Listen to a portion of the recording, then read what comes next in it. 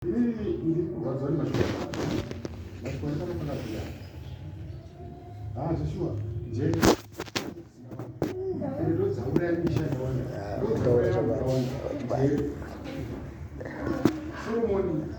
achiti apedza kuvaka temberi unobvunzwa naMwari kuti unodei.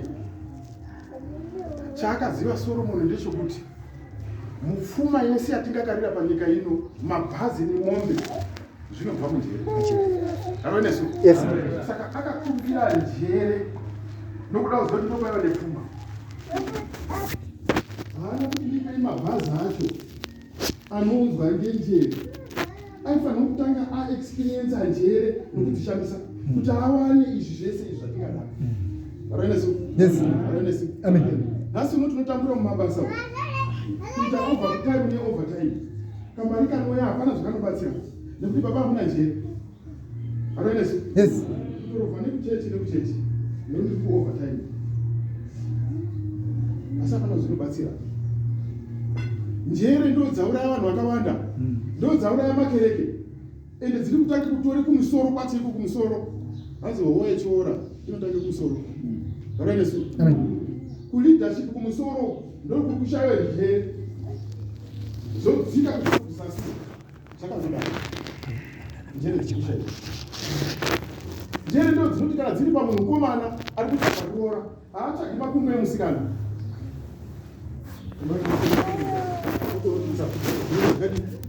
Dzakati zviri kwacho ndatomuda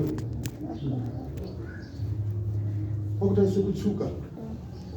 Mafuta ari mazuva anaya anoona kushipa kwakuti izvi izvi. Amen. Unoona njere dzari dzinoita dzine mumwe muonero wataurwa pakorinde bhuku yakubva panapa. Mupostori Paul achipupura kuti handina kushanda nenjere dzangu. Zvaibva kunani? Kuna Jehovha. Havonesu? Yes. Njere ndo dzinoti kana ndichisimuka kubva pamba pangu ndichienda kumba kwaanangwa uripo ushu ndiri kuende kuvana nemuroora ndambasvikeyo makadiwa ari pakadiwa napa pakavati tinotoenda tichifugama namata ino ndodarika nangu ndiri kuende kuvana handizo ndabva kumba kwangu ndichiziva kuti ndiri kuende kuvana. Njere futi ndo dzinoti kana ndichienda kumba kwamai madzungu, kwamai madzungu munosvika tichitenderedzana imba kumhanyirana mukazi ndati vana murizozvanaka vana ndakuende kwamai madzungu kumukadzi munombasvika tichitenderedzana kwezvinhu zvekuda kumhanyire huku nekuti mudzimai wangu atitika tinonemerana. Havonesu? Njere ndo dzinoti kana muchiende kwambuya saunyama musaenda makaise miti pamabhaibheri kudai nhasi tokowaona upfekere kuti taimbozvida bhaibheri iro remiti kudai 443 pakuti muti potsve yobuda yakadai kubuda yakaiti miti mibhara yemiti yokuti kofunda unoukadaro hapana chomumutaura kuwana unomababitirirwa hauna njere. Amen. Ndio mashoko. Miti inenge yakadai kubuda nemashizha inokwende kwayari mashizha anodai pakuti munhu wosunga mote rode kutaure zvinhu zimunhu ro ngemiti yakadai kumbazi kuti kuna nhamwe zviri nani warega hapo kuenda kuna nhamwe mapiso zangu mako tori nani pane munhu unoenda ikoko pakuende kotaura kune vanhu vomuzoti ndozvaonoita wafambirei. Havonesu? Amen. Kutaure njere usaenda uchopikisana nevanhu varipo vanoita zvinhu zvavoko. Tsvaga platform a good approach. Handizvere? Kana dai njere dzanga dziri so straight forward ndaigona kuti baba vangu akakanganise kugara ndomati baba vakakanganise kugara. Dai dzadziri so straight forward handiti ando zvakanaka zvindataura zvi asi hazvizwawo kumbanipai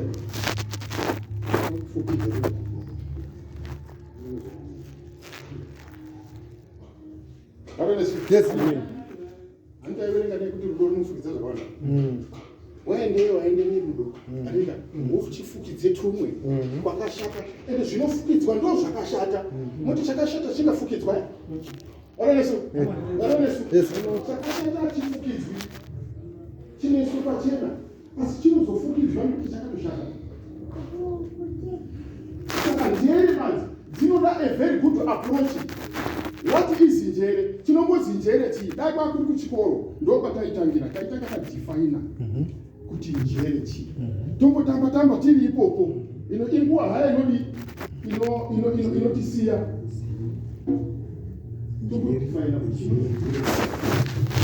njere kana panguva yacho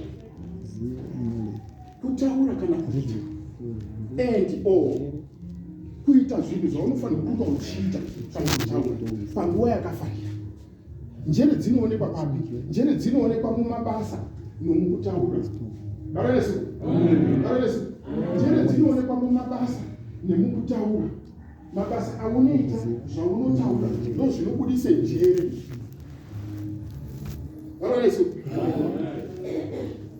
Munozvigara njere zvinoenda yatange basa iyoyo unongoti chiwo ine handidi kugara panapa umwe ngavasimuke ati 4:14 Efeso umwe wozondipedzera angu woti 5:12 Hebrew. Kana makanyagara munoerengesa 4:14 iwe asi utangira watange basa sunga Taenda kutanga basa kuna Korinto kutanga 14 number 20. Soro soko ripo kuita chakanaka kukura chikotindini. 20 verse yoti hama dzangu musava vana pakuziva asi muve vacheche pazvakaipa asi pakuziva kusaonekwa mune zvakaipa kuva mucheche muwe macheche pane zvakaipa. Mwana mucheche hapana chaanoziva. Mwana mucheche mupfungwa dzake hapana chaanoziva.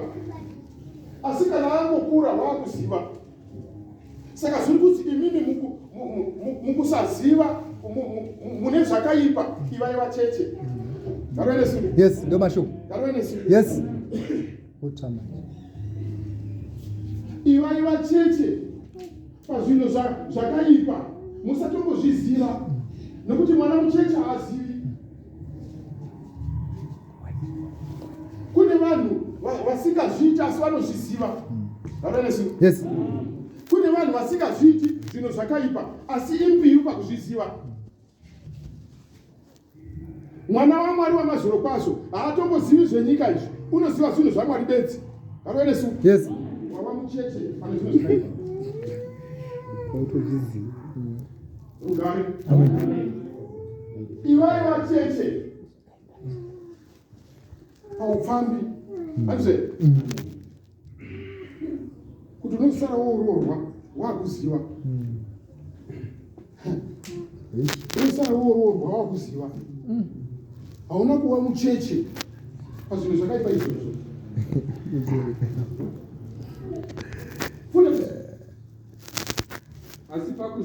Asi pakuziva tichiva vakuru pakuziva zvinhu zvamazviro kwazvo zvinhu zvaMwari. Tinofanira kunga tiri vanhu vanoziva zvamazviro kwazvo zvinhu zvaMwari.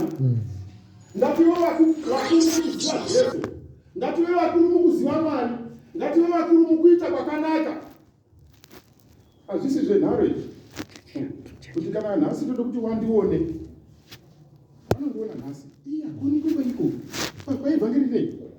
Nhasi vanondiona. Ndode kuenda neshoko rakati. Nhasi vanondiona. Zvimwe zvinoda maplatforms. Approach yavataura. Yes. Ivaona mai musika uchiita zvakaipa. Pane zvinhu zvakaipa kuti paone mudzimai munhu achiita zvinhu zvakaipa kusango. Haungomhanyika kude kurume wacho ndamuona achiita zvakaipa. Haungomhanyika asi waona. Handizve? Asi haungomhanyi. Approach. Unokanya. Asi waona zvichiitika. Saka zvoda approach. It's not what you want to say which matters most. but how you say it. Understand? Yes. How you say it. How do you say it kumunhu? Unokutaura kunodzoredza munhu here kuti asiye zvakaipa zvaari kuita kana kuti unotowedzera. Aronesu. Funda. Mashoko katondwa nhamba. Pamurayiro pakanyorwa pachiti. Izvozvo. Ndichataura kuvanhu ava. Ndichireva navanhu vedzimwe ndimi. 4:14. Nemimwe miromo. 4:14. Kunyange zvakadaro. Efeso. Havanganditeereri. 4:14 Efeso. Muri kwera kumana. 5:12.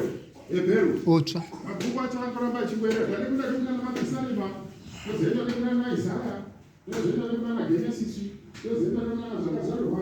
Ndozoenda kuna Isaya. Otsva. Yapera. I 1:14 verse 8. Right. It 4:14 Efeso. Mazvona 4:14 Efeso. 14 nhamba. Kuti tirege kuramba tichingova vacheche. Kuti tinongova vacheche zvataita kare kwedu kumushoko taiwane nyaya yekurohana. Mwazwa here? Fanika nguva yeKrisimasi. Taitoti Krisimasi ndaitoplana iko zvinezvi tiri muna September. Aiwa September ndatononokesa. Ndichiri kuplana nyaya yeKrisimasi. Ndaitoplana kunana Juni uko kunana February. Ndichitoti ndizoonana nemunhu wakangondirowa last time kuKrisimasi kusha. Ndotoplana kana ndotombo exercise kia. Andika. Ndoga. Ure. Ndotomboisisa kuti kana ndoonana naye kumushaye ndokomuchaisa. Ndokoita ndokumumburuza. And andina 5 minutes. Kwaona ngati 5 minutes neni wandibwina. Ngozi ndotafuna ukutohenza mumaseconds. Kwakuchete nyanzvi izvozvo ita mutumeni zvakare. Filipi 14 nhamba. Kuti tirege kuramba tichingova vacheche. Kuti tingorage kuramba tingori vacheche mumwe kuti tingoramba tichita zvakaipa. Yes. Kuti tirege kungoramba tiri vacheche. Iko zvinezvi kumuona kuti ndakabarirwemo muZioni. Ndakabarirwemo kwakuite nyembe yekuzvarirwemo. Kubaite nyembe yekuzvarirwemo muZioni. Johani inoti chii? Vakomana vaya vakatumwa ruchuru. Shamwari enda wanoita zvakati. Umwe wakaramba. Andika? Yes. Asi akazoita. Umwe wakabvuma akatoenda. Asi haana kuita. Zvechirewei? Shoko rinouya kwamuri varume. Varonesu. Yes. Asi muchatangirwa newakamuramba. Nokuti wakamuramba ndiye wakazoita. Wakabvuma haana kuita. Varonesu. Saka isusu panapa tiri kubvuma kuti Jesu Kristu ndiye mwanakomana waMwari. Zvaifanira kutiponesa asi kuno kuramba asi uchaita. Ndiye uchatotanga kuita mudenga. Varonesu. Iwe ndakazvarirwemo. Kumbati taka. Tiriwemo isusu. Isusu tatipinda nhasi munatomuriwa. Kwazi muna ana adoko. Varonesu. Amen. Nemi munobva kwamudari. Musaivaedza. Nokuti matogara murimo muZioni rineri. Kumbati yatombovidzwa. Basa racho ratotanga. Neshanga racho ratodini. Ratosumuka ari kuziva Jesu. Handizve. Varonesu. Yes. Nevanoti vakaenda pachechi worara. Munoziva kuti diabolos Satan. Izvozvi iye nawe ndiye uchatange kuti zuva rodai tode kochaisa. Ndodzinenge dzakatikumira. Kuti Zioni chingainonakidza. Hapana zvilipo. Nokuti shoko raMwari ndoriri pana 6 ne10. Zvombo zvomukristu zvokurwa nazvo.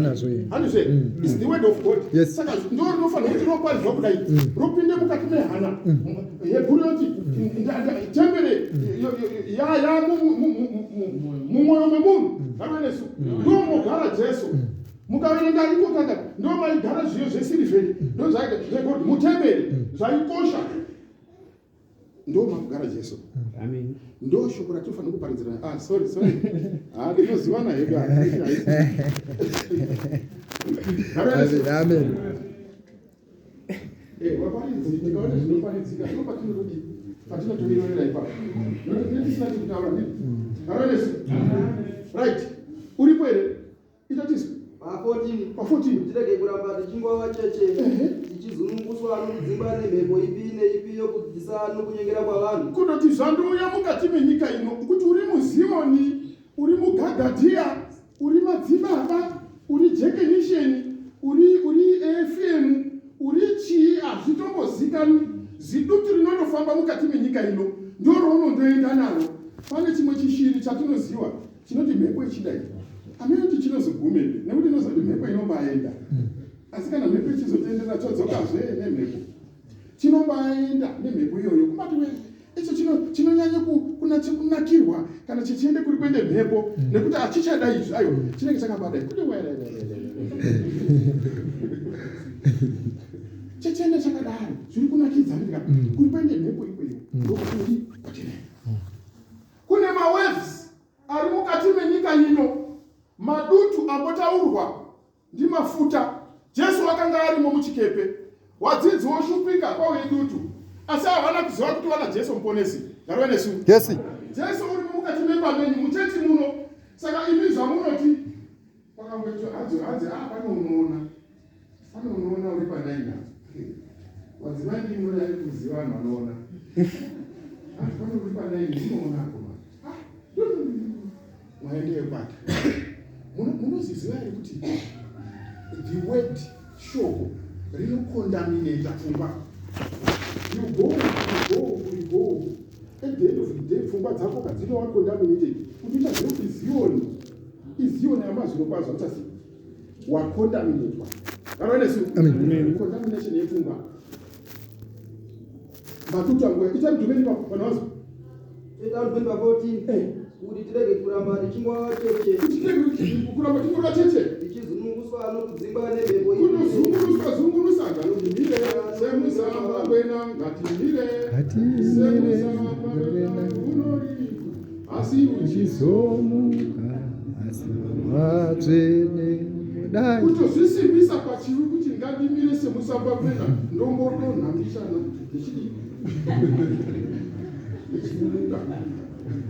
Akabodona kuti ndikabodona ndomuka techifamba tichienda nemakore achitofamba.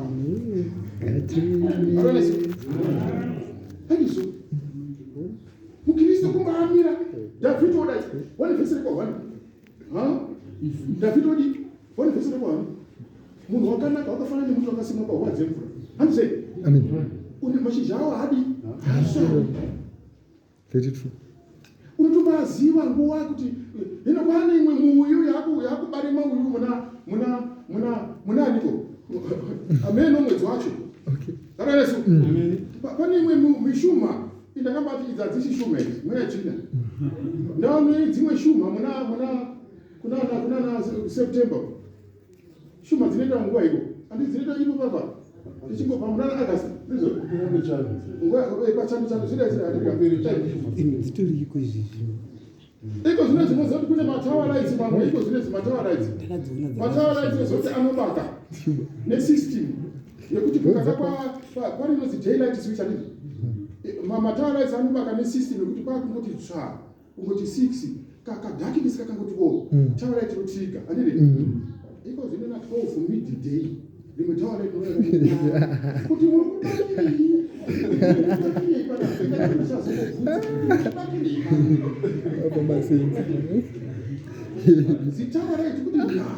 Maskati. Urukubasi wadi kubata usiku. Amen. Kuna wakristo wakadaro nguva dzese hazvisina order.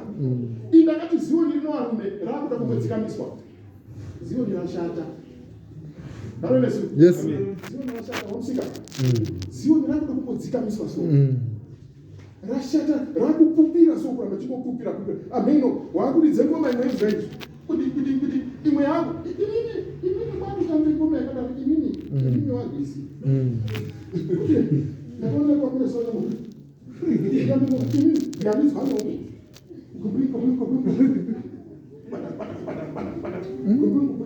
Kwakuto jambisa.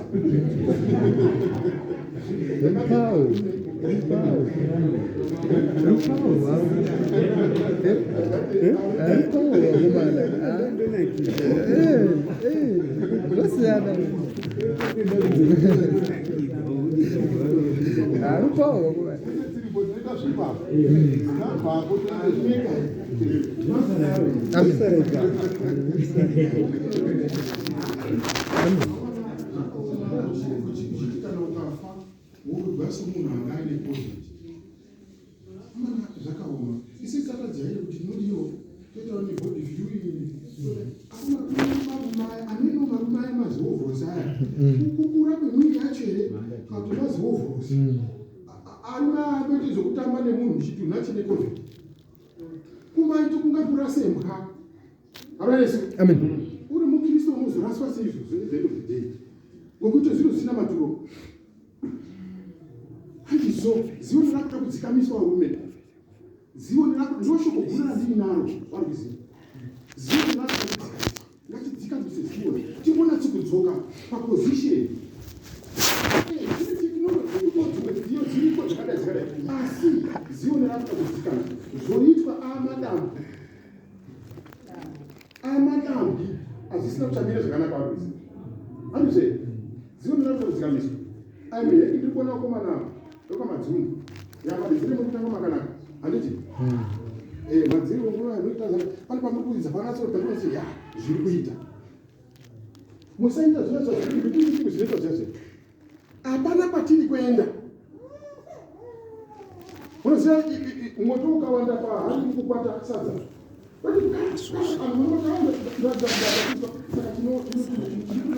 moto muvharo ukopera mutika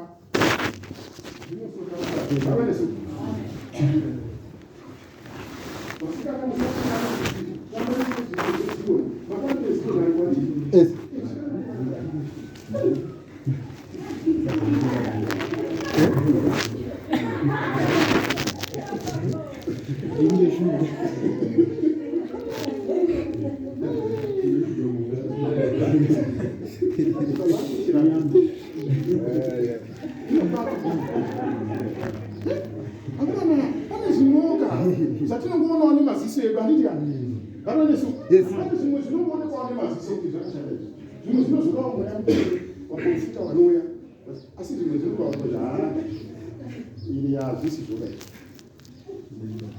katito nemaziso anoona iwapo funda akoma namano kuti vatsause nokunyengera pakutsauswa nokunyengera pakunga zvakanaka izvo zvakashata 512 ebheru maenga nesekuru ndiani uripo 512 ebheru digari basi 512 ebheru digari basi nyaya iri pano apa yekuchenjeri kana madzimai mudzimba dzakagara idzi chinokupa ivhunguri zvekugara nedzimba dzeri nemameneji dzenyu uchenjeri uchenjeri ukaona uine murume benzi gona kugara naro mwazaya jairira kugara nemurume wako benzi ibenzi yes asi no how to manage that husband handizve nokuti ndiye wako dzimwe dzenguva uchazitoona kuti murume wako upenzi hwake hutori nani pane humwe upenzi hune mumwe murume uri panext door aronesu iwo kana wodenga woti nhai mwari makandiitiwe asi mwari achitoti zvakatokwanirana newe vamwe vakanzwisai zviro zvenyu mustadium chidzoka wosarudze chaunoda vamwe wakadzoke pane chake chaanga atsveta kuti changu chiri nani garonesu saka matambudziko andori kwese kwese vakuru vedu voti hakuna nzvimbo isina rina murume wangu handitogare bhohwera inobohera mai we uko vanombafamba masikati machena ari aroi handi kukariba togari kukariba kuda kune zvimvura zvinobvuma kufuma zvinodzinga aroi handiti magara muchiprofika vachizi enda vatore mvura yepapopoma auti ngatitiende kudhuze mupoma rasha mapopoma pacho kuti muprofita kangu atoti chindira ipanaprofita mhanye yoitora yona mati munondofa ariyo amen saka kugona kuchenjeri kukugona kumaneja zvaunazvo isusu mabasa matinoshanda hatisaizowa mamanagers kana vanhu vanga vagara vachiziva basa panozodiwa manager unoita kuti vanhu vagare vane mugwara rebasa handizvere yes aronesu bomo nokuti kana vanhu dai vanga vagara vachitoziva zvavanoita hapasaizotiwa manager mutungamiriri wavo taitoti vanoshandai ndizowo kana mumba seti akuye mumba murume nengazi rimwe rinogona kuita benzi unoita munhu kwaye asi munhu kwaye wakaiswapo kuti apingudze benzi kuti riite zvakanaka ino ukaitawa hasha waitawa benzi mabenzi 2 mumba double ubenzi hwamumba uchizozwa pakuti mabenzi anonyanyi kurwa kuma188 kuti ana hope nakugara kwendakagara kufugo saka mukadzi aita kati nde chibhakera murume akada kuzozinyarara murume wakati nde chibhakera mukadzi akaita nezozinyarara akomana vakaite usiku hwese vanhu vachindonyana uchindozinyarara nyarara aronesu asi nhasi mukutaura mukadziira nemurume nakusisina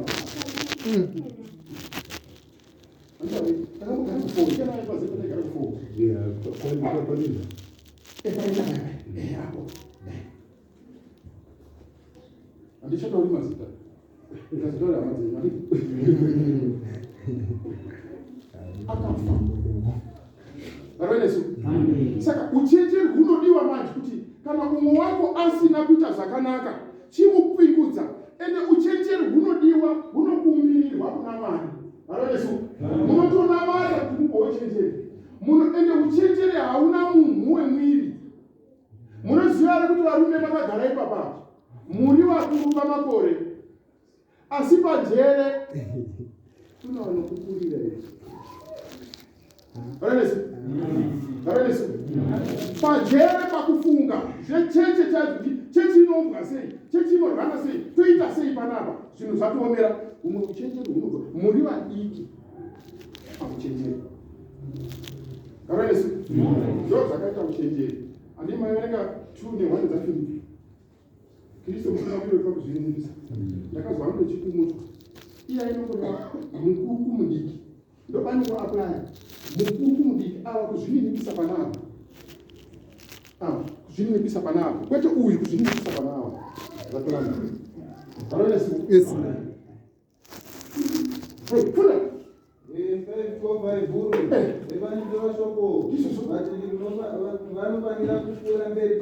kupfuurira mberi vatendi vana vaMwari vanofanira kupfuurira mberi pakutenda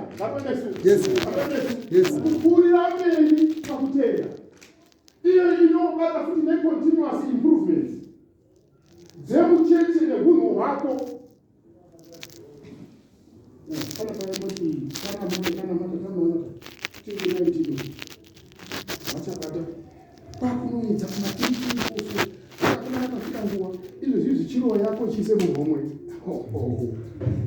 aronesu maivazvachitaura iko zvine zveyanguva yakuti chiro yako kuda dzainewe shiri apeno asinanga iminyengetero zvaukunamatira iwowo uchichise muhomwe yanguva yacho kuma3 kuma4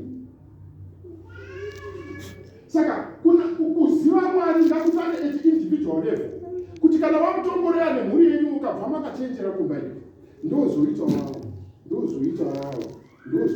all those different parts they make a whole dzinogadzira chinhu chiri chakakwana aronesu yaku inonzi teamwork neteam spirit handizere hazvisina umbimbi ndoga kuti ini ndinoziva ini ndoga uchenjera hudaro ndini ndinoziva ini, ndini ndinogari munongoti muite mukereke, hakuna munhu anoziva. Kana wazoteta kamari, ndini unogona kuita mari, asi chenjera hapana. Anoenesi? Ngati vanhu vakachenjera. Kuno varume wakafanana nenzinde kenduru. Pane makenduru anobaka, nokuti ukaribasa mubaka, vanhu vanobata hai inobaka here. Asi iro kenduru racho harisizoti kupera. Kuna vamwe varume vanotoka kusvika pamashopu savo, wodzi kudhara vauya, nekuti unogona kutenga. Anoenesi? Asi kumba kunopinda nemhende shure kuti aone kupinde mukadhoke mui kemukiteni, unopinda nemhende shure. Akatopinda akadarika haakwani. Asi pafuwa apo unoti mudhara vauya. Dhara rino rauya. Anoenesi? Kumba atozikwa nanoundika kuti ndini. Asi kumba kwakadika kwakashanda. Muzimasco munobikwa mabhodho. Nguva yalanji, ukasvika muzimasco nguva yalanji, unotosvika kupinde magedhi dake. Wozwe munhu wechikeni, webifi, wevoice, muzimasco. Haleluya iwe. Mambo anouya. Ndigare pasi. Ndoziva ndagarisa kwaona vanhu voemba kazhinji. Unokuwaonesa. Andishakana zvinotaura. Chiita chiso. Unopinda nhambe mukati nokuti kunyangwe haifanira kuva vadzidzisi zvino kana tichitarira kuva munofanira munozvichakandiramba zvakadaro. Mufanira zvekuti muve nomumwe unokudzidzisai dzidzo dzokutanga kushaikwa kweuchenjeri kwekereke. Hamuna kude kufunda nezvaMwari. Nganonesu. Vamwe unobaona kudai gemenzi rakasisira kana kugore kwedu kumisangano. Ekurere waenda. Romatumba. Hanzi wezviyo. Handiti mitatu unazekera. Misangano mitatu mikuru pagore. Kumba agone kwenda. Nemagemenzi akabana sekuite zvakanaka. Asi njere hapana. Njere hapana. Zvakangodaro. Pane kunowaida. Paronesu. Yes. Umwe wakati basa rekutenge magiraundi edzimba. Rega nditenge iri, kamari kaonaka. Rega nditenge iri giraundi rotengwa. Obhadhara naro. Mukafuta magiraundi. Rega nditenge iri. 5 magiraundi adika. Sure unosvika pakufana asina imba yekugara. Asipotenge magiraundi. Yes. Asina imba yekugara. 5-10 magiraundi asina imba yekugara. Tengese 9 magiraundi. One nacho giraundi wake imba. Handizve? Yes. Unogara kumapindeni. Kumakaita sei account. US dollar account. Ukaona ka 2000. Kwakutosekerera. Iwe unosekerera mari kumbengi. Mari ikashanda ndio kutosekerera. Yes. Kumbati gara ne 3000 muaccount kwakutochifamba panani kwakudai kuti kuche tsafu. Impinga. Bumbeza unari kufuka. Pakumalaite kuti ndiri munhu. Mari iri mubengi haisi mari. Mari atenge chiro yavake musha yarore mukadzi. Apa kumukadzi nemwombe yamai isati yabhadhara. Mune 5,000 muaccount. Kwakuti mosvika pamusangano. Kwakuvhaira ne 5,000. Ino account. Kumona wakadii. Mari ngaishande. Zviite zvinhu zvakanaka. Ndakutenda mari nenguva yakadai yatipa. Shoko rangu guru neimoro varume. Zioni ngatidzise mhuri, ngatidzikamiswe. Zioni rashata. Kana toenda ikoko, ngatiende ikokoka. Anditaipa kwambia sasa mama kokwa. Andika kumaenda anabhizasunga tinobatenda tamona pamuni zvinoda tichitaita nani piti tinotenda kugarewo takupaziva tichangoyatora taite rudo rwakanaka zvikuru kwazvo nemo maite rudo matikoka tinobatenda Jehovha Mwari ngaakubatsirei panapa ngaakubatsirei Mwari tatenda amen. Azve. Nyaya dzimwe ngatidzitaura munonyora pasi anditi wakadzi wakawanda anditi ndozoipa kwete munonyora pasi motsvaga maplatform approach mapiritsi avaita vaudzi munonyora pasi vamusika vanhu zvamamota vakaziva zvekuti dzokai kuna amwe maamoresa muri kuzizwa maamoresa ndizvo asi maamoresa andizve ngatidaro ndizvo asi maamoresa handizvoba approach wisdom approach ndiyo inofanira kutaura ngatenda amen